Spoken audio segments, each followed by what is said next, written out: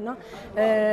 مسرحية كونترول زد هي واحد نتيجة وثمار ديال بحث، يعني رحلة بحث في إطار المحترف الإجازة المهنية لمهن المسرح والدراما، وكانت تكاتف ديال مجهودات جميع عناصر اولا نقول اعضاء الفرقه اللي هما كلهم طلبه المحترف.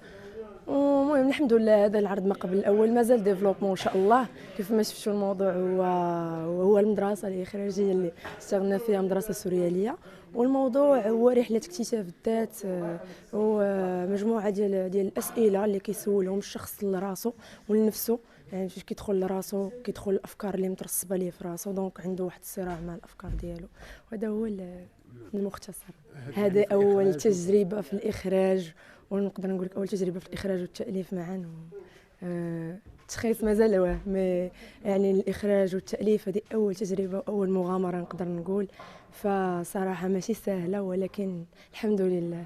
نتمنى الاصداء تكون طيبه ونكونوا خفاف على قلوبكم.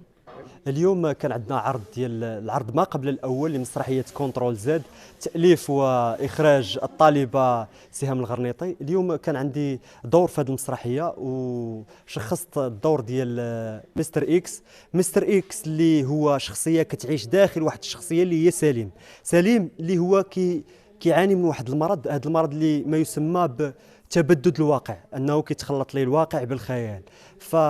هاد سليم كيعيش واحد الاحداث متعدده ومتنوعه، كيبانوا ليه اشخاص جدد هما غريب عليه ويلا كيكتشفهم، من بينهم مستر اكس.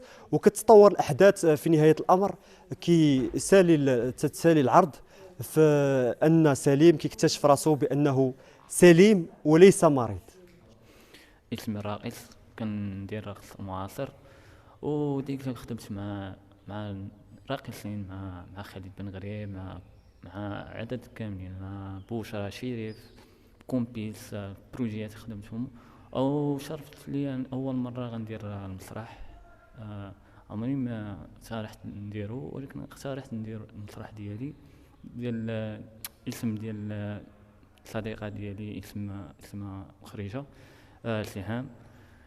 كنشكرها بزاف. اليوم كنتواجدوا في المركب الثقافي انفا، عندنا العرض ما قبل الاول لمسرحيه كونترول زد.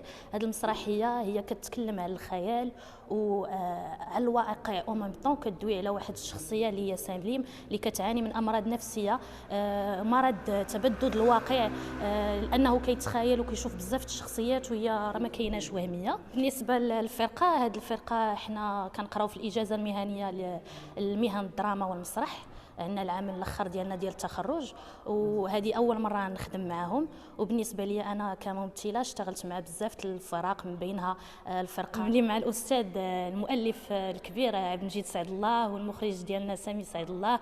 مسرحيه بوريوس يلا هدرناها في الفيستيفال ديال طنطان، وان شاء الله غيكون عندنا عرض في نهار الحد في المركب الثقافي في البرنوسي. وشاركت في مسرحيه اللي هي عاشقه الموت من التاليف ديالي، خدات الدعم ديال وزاره الثقافه، وشاركت بها في خارج وداخل الوطن. مرحبا بناس بريس معنا. نجوى صابر، طالبه باحثه في سلك الاجازه المهنيه لمهن المسرح والدراما، كليه الادب والعلوم الانسانيه بنمسك، حاصله كذلك على دبلوم فنون الطباعه، 26 سنه. المهنه ديالي في داخل محترف الاجازه المهنيه لمهن المسرح، اللي هي التواصل والاعلام مع الفرق المسرحيه اللي كنشتغلوا فيها. اليوم عندنا العرض ما قبل الاول لمسرحيه كونترول زد، التاليف والتشخيص كذلك واخراج طالبه معنا في سلك الاجازه اللي هي الصديقه سهام الغرنيطي، كذلك اللي في التشخيص طلبه معنا في الاجازه المهنيه. السينوغرافيا، لا من ناحيه السينوغرافيا ولا من ناحيه ليكليراج والفيديو مابينغ. كاين طلبه معنا ايوب الاوكايل، رضوان معابد، كذلك في التشخيص اسامه زهار، زينب زعبول، يحيى. حنا كاملين طلبه ديال الاجازه المهنيه الحمد لله، وبالاداره معنا المنسق الشعبه اللي هو الدكتور مينود بوشايد، وكذلك الاستاذ الدكتور القاسم العجلاوي.